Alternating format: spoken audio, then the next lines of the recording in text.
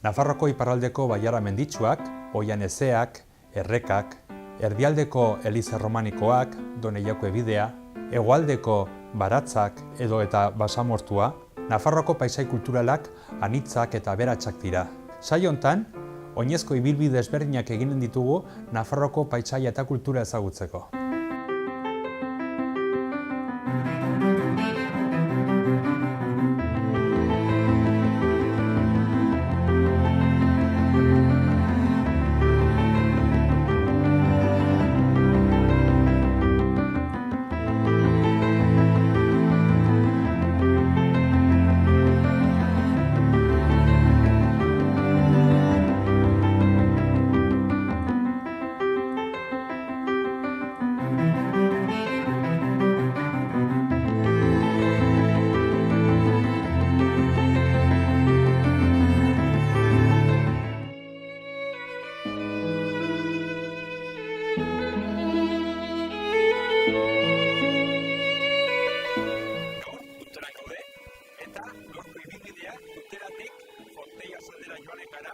Eta ja, Fonteia zen, ja, elbokan ezagutuko dugu. Tutera, bedakagun hiriburua, historikoki Nafarroko bigarren hiriburua, hemen guretzakego nola dagoen Ebro ibaia, berez Ebroren arana edo baiaran gaude, eta baita ere, baiara hau famatua da, hemengo baratzak, hemengo barazkiak, eta baita ere, hemengo ondare historikoak artistikoak.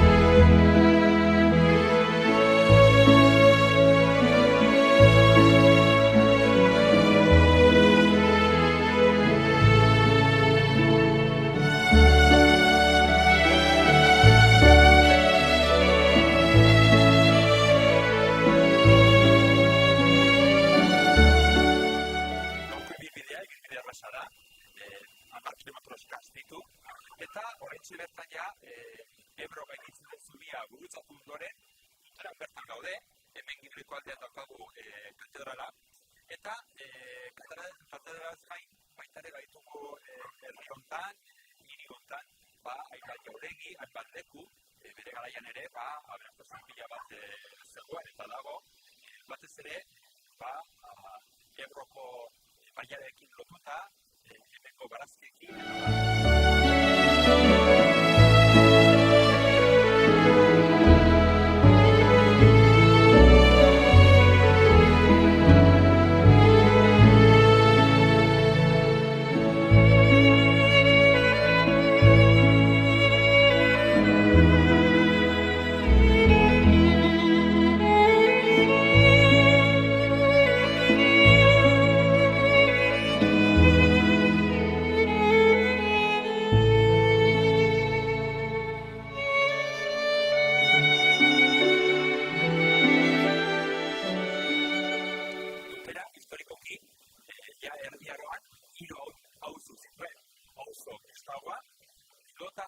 eta baita ere musulmandarra.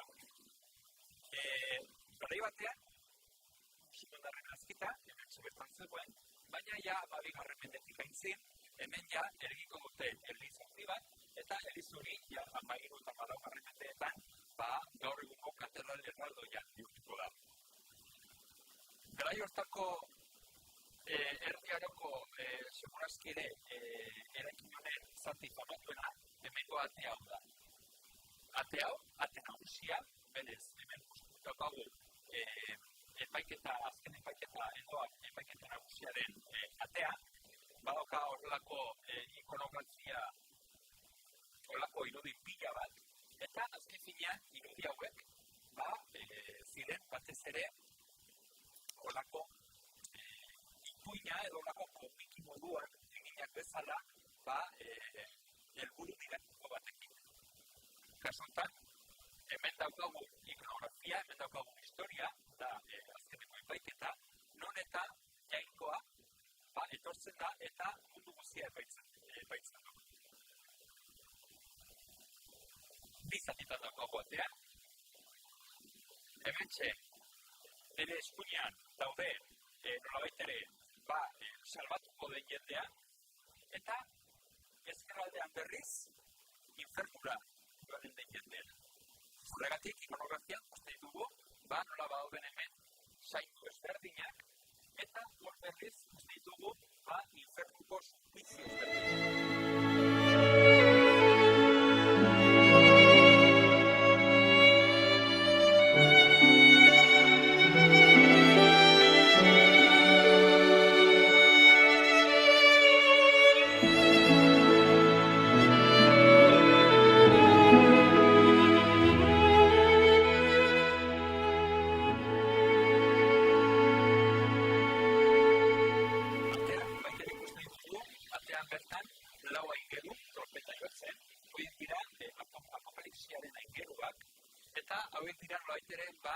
Apokalipsia eta azken epaiketa hau anuntziatzen dituzten eingeruak.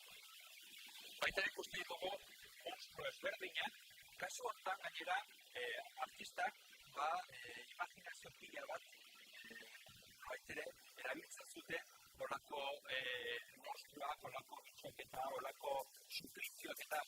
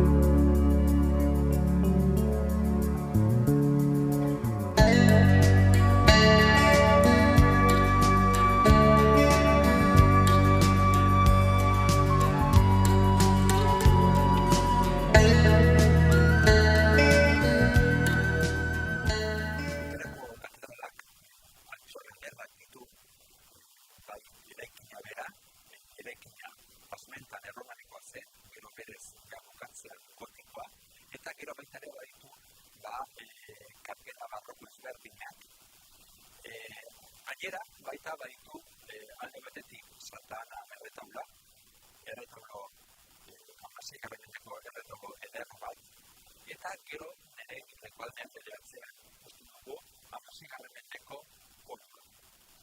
Normalian, gaur egun, katedral batean, sartu eta berehala ikusten dugu ere, eliza garbi-garbia, nabea, eta normalian berriz, garai batean, erdian, elizaren erdian, bazegoen horrelako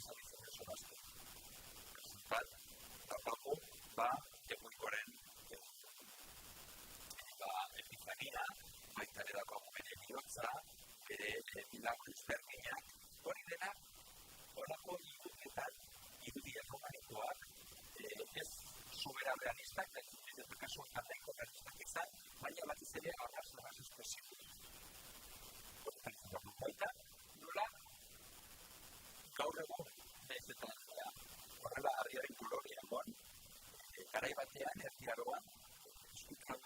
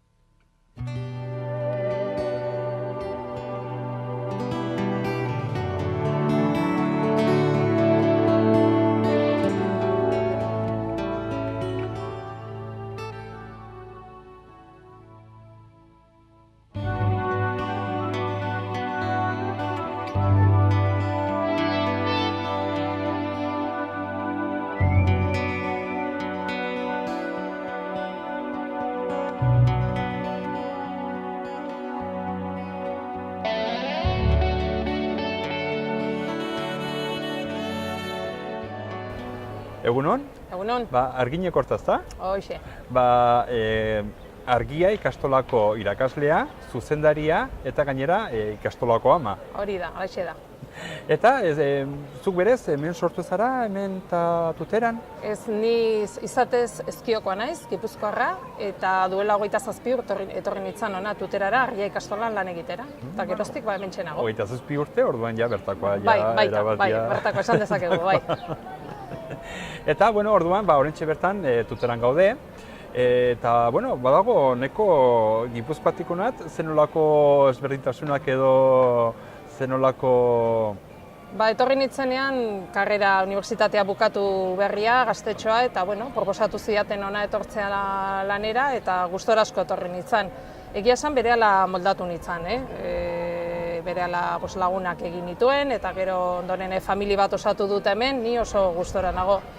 Ezberdina, eguraldi kasita eta batzutan giroa ere, baina, berehala moldatu nintzen, oso gustora nago hemen bai. Batzu diote, historikoki Tuterak euskararekin harreman gutxi edo inolako harremanik ez duela izan ez da. Baina, gaur egun ikastola hemen dago, Fontaillasen, Argia ikastola, eta baituzu ikasleak eta orduan nabaritzen da ez da, badagoela ja pixkanaka gehiago? Ikastola sortu zuela badira 34 urte. 84an sortu zen, 5 familia animatu ziren hortan, eta gaur egun baditugu 200 ikasle. Ez gara bakarrik Tuterako ikastola, baizik eskualde osoko ikastola. Hori da, 10 herrietako neskamutikoak hartzen ditugu, 18 hilabetetik 16 urtera arte. Eta esan behar da, 14 urte hortan tinko jarraitu dugula eta ari garela euskara lantzen, herribera osoan.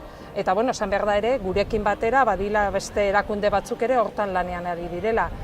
Ari direnak AEK, esan dezaku AEKak ere dagoeneko 40 urte ditu hemen lanean, hizkuntza eskola ere, eta gero badira elkarte kultural batzuk ere hortan lan egiten dutela. Denon artean ari gara. Baiz, azkenean, nahiz eta erran bezala batzu diote Tuterak ez daukala edo historikoki gainera ez daukala izan olako harreman euskararekin. Kontuan izan behar dugu baita, nola Tuteran, gainera hemen ondoan dakago baita ere bardeak hemen ditugu, eta bazegoela harreman zuzena herribera, Tutera, bardeak eta Nafarroako iparraldeko haranekin. Hori da. Batez ere artzainekin. Hori da, artzainek duela urteak etortzen direla ona negua pasatzera bardeetara, beraz herriberara, eta gaur egun ere alaixe jarraitzen dute, hartzaile horiek euskaldunak ziren. Eta gero, mendetako dokumentazioan ere ageri da, Tuteran ere euskaldunak bizi zirela. Gero batzuk diote, zuk diozun bezala, gauza bat eta beste batzuk besta bat. Nik uste historia dela ea nor kontatzen duen eta ze interes duen, ez? Eta gainera azken finean, nahiz eta erran, historikoki ezago euskararekin harremanik egon, nahiz eta igual, arrazoina, eta ez, badakigu ez, baina nahiz eta hala izan ere, gaur egun badago. Egungo egoera ez da hori, eta gu hemen lanean ari gara, tinko, lehen esan dudan bezala, eta poliki-poliki lortzen ari gara normaltasun bat, beste gaztelerakin, azken finean, Nafarroako bigarren hizkuntza da, eta hori guztiona da, eta hori zaindu egin behar dugu. Batre, gu ja bagoaz Fontaillas aldera, gaur Fontaillas ezagutu behar dugu, batez ere bokal ezagutu behar dugu, eta bazakit, adibidez, zein da hemen Tuterako edo herriberako gustoko daukazun lekua edo... Niretzako tokiri politenetako hauxe da, Tuterako plaza bada, Tuterako egongela omen da, eta alaxe da, plazan gauza asko bizi dira, suposatzen dut herri guztietako plazak izaten direla, ez? Hemen elkartzen dira gazteak, adinekoak, eta nahi plaza izugarri gustatzen zait. Eta gero, beste gauza bitxi bada, Tuterako katedrala, oso ederra, Dorre Monrealaen, uste dute hortxe egon zaretela, Eta, bueno, gero Aldezarrean paseatzea, pues, oso polita da. Aldezarrak, Jauregiak, Hori da. Ibaia noski. Ibaia, Ebro dotorea da, guretzat, bai. Gainera, gaur gutienez, heldu da nahiko... Bai, ur asko bakarrek, ekartzen du, bai. iparraldean euria eta lur asko egin du, eta gaur hegoaizea eta eguraldia peldu da, elurrak urtu eta gure Ebro handitu. Azkenean bai, hori historikoki eta naski hori denak ja ados daude, Ebro izan da hemengo aberastasunaren iturria. Gure ezaugarrietako bat badia nekazaritza eta barazkiak, ez? Barazki horiek elikatzen dira Ebroko urarekin, orduan Ebrori asko zor diogu, asko. Hortaz dugu bagoaz ere, Elbokal aldera, eta hor gero zautu nahi dugu, ze proiektuak egon ziren eta historikoki baita, historian zehar, hemengo lurrak barazki gehiago edukitzeko, eta hor, Aragoiko kanala, eta hori dena, zenolako harremana dauka, paisaia kulturala. Hori da. Ebro ibaia, Ebroko baiara, bere lur emankorrak, baina baita ere hori dena nola lotzen da baita ere historiarekin, artearekin, eta bar. Bai, polita duzu, ikusiko duzu. Mila esker. Zuei, horrengo arte. Jarraituko dugu orduan ikastola aldera. Hori da. Eskerrik asko. Bai, zuri.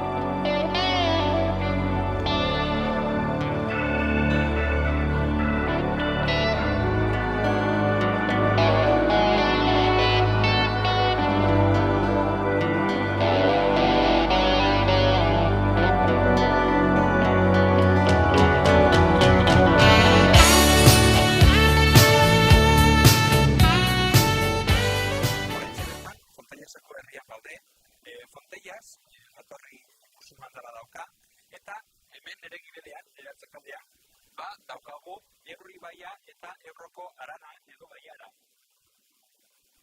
Alde batetik, Ebro ibaia, estatuko ibai nagusietako bat da, orduan, urra honditzek hartzen du, baina ez ura bakarrik, baizik eta baita ere, ekartzen du sedimento mota ezberdinak, eta orduan lurra hau arras emankorra da. Ez hori bakarrik, baizik eta gainera, musulmandarrak kanalak eta kanalen kultura, erregadioaren kultura ekarri zuten.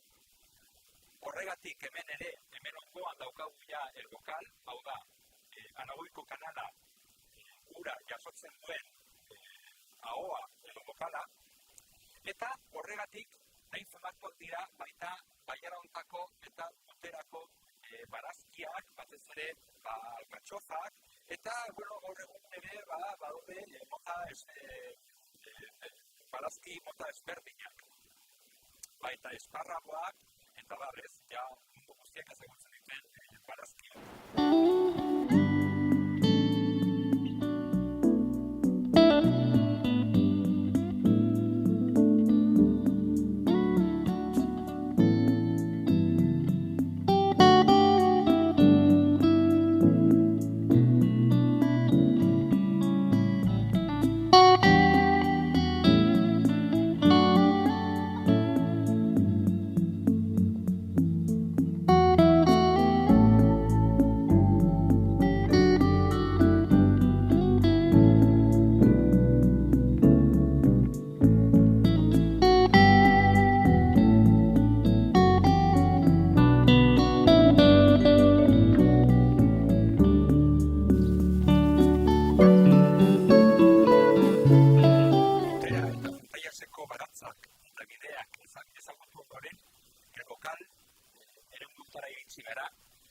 Elbokal batez ere da,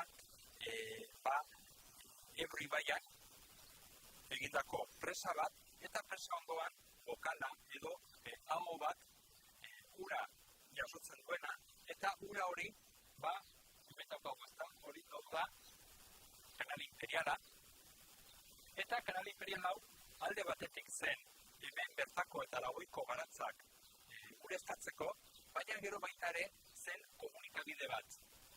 Hemendik, garraiatzen zituzten barazkiak eta merkantzia guztiak, eta hortarako erabiltzen zituzten horrelako txalupak edo itsasontziak. Proiektu hau, nahiz eta proiektu hau nahiko zarra izan, 16. mendean Nafarroako konkistapa ondoren saiatu ziren ja horrelako kanal bat eraikitzen eremu hauetan, horregatik hemen daukagu elbokal eremuetan daukagu Carlos Bosgarrenaren jauregia bere lorategiekin eta bat, baina proiektu hori ez zuten bukatu.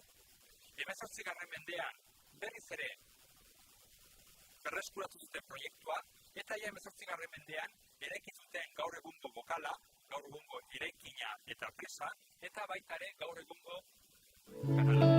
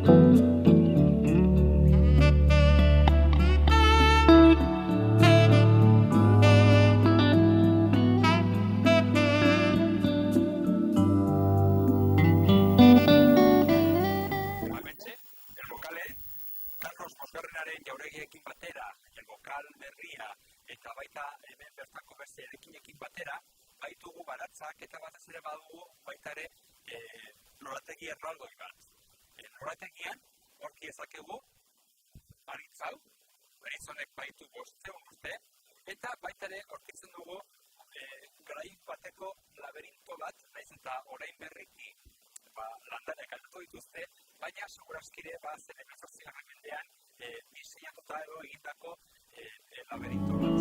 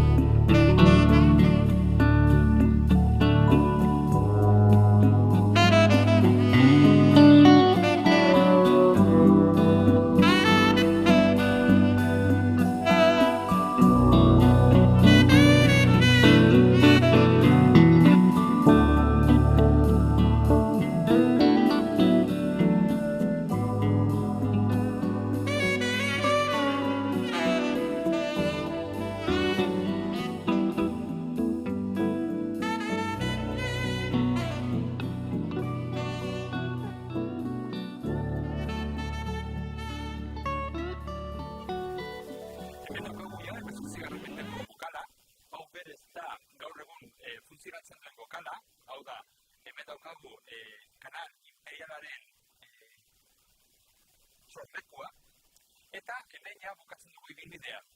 Erra bezala, Tuteratik hasi, Kontaiasetik pasatu gara, bertako baratzak, hemengo lurrak eta hemengo paisaia ezagututa ondoren, hemen bukatzen dugu Ebro ibai ertzean eta Gerala Imperialaren sorlekuan.